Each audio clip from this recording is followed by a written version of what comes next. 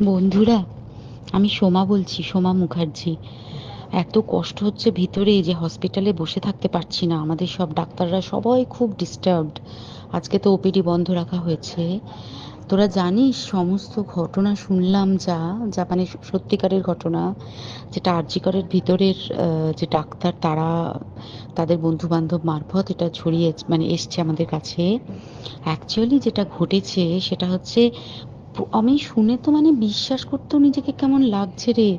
প্রত্যেকটা আমাদের ওয়েস্ট বেঙ্গলের প্রত্যেকটা মেডিকেল কলেজে, বিশেষ করে কলকাতার সরকারি মেডিকেল কলেজগুলোর প্রিন্সিপালরা, ডিপার্টমেন্টাল হেডরা, প্রিন্সিপালরা বিশেষ করে, তারা পাশ করানোর জন্য স্টুডেন্টদের কাছে রীতিমতো টাকা নেয়।